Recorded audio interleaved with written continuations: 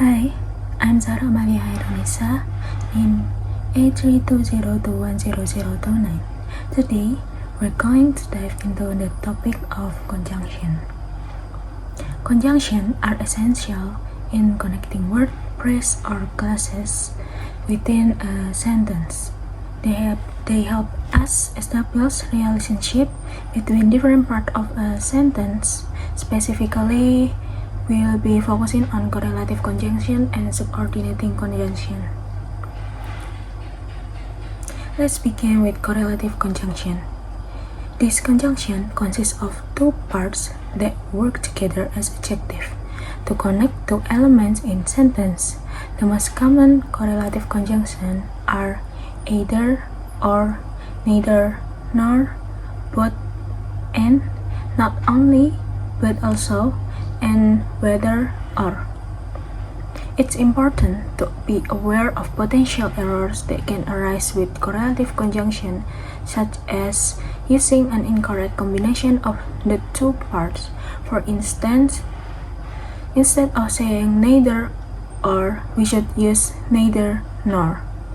Similarly, we should use not only but also instead of not only and.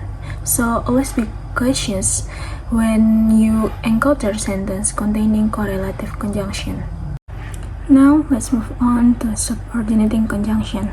These conjunctions are used to demonstrate that one clause or part of a sentence is less important than the other.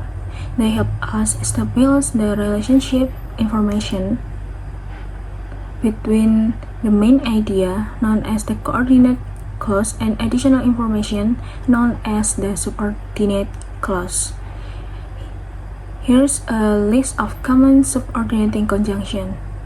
After, if, talk, I'll talk, if only, till, as, in order that, unless, as if, now that, until, as long as, once, when, as talk, rather than, whenever, because, since, where, before, so that, whereas, even if, then, wherever, even though, that, and while.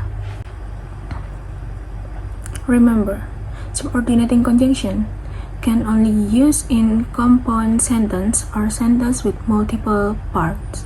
They help us demonstrate the relationship between the more important part or coordinate clause and the less important part, subordinate clause.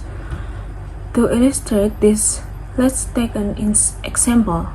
First, Meg wasn't very good at softball.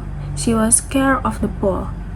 In this case, the first sentence represents the main idea or the coordinate clause, while the second sentence adds information to help us understand the context or reason, which is the subordinate clause. To properly connect these two clauses, we can use various subordinating conjunction.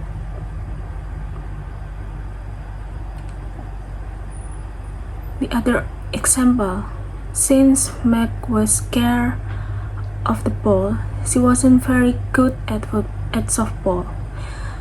Meg wasn't very good at softball because she was scared of the ball.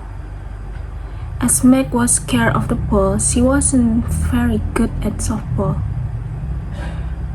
Here, we're dealing with cause and effect relationship.